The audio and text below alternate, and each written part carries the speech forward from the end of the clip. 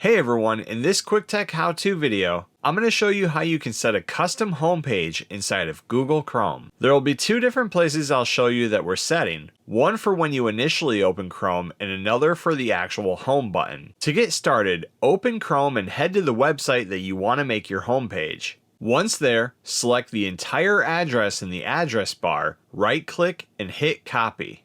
Next, click the three dots to the far right of the address bar and choose Settings. Scroll down or click Appearance from the left menu and you'll see Show Home button. Click the toggle to enable this if it isn't already enabled. You'll then see the Home button appear to the left of the address bar. Next, select the second option right under New Tab Page, and in the blank space, right-click and hit Paste. This will then paste the website that you copied earlier. You can test this by opening up a new tab and then hitting the home page. It should take you to your home page that you just entered. After you've set the home button, we'll set this for when you initially open up Chrome. Scroll down or choose On Startup on the left. In this section, choose Open a specific page or set of pages, and then choose Add a new page. Right-click in the space and select Paste, and then hit Add.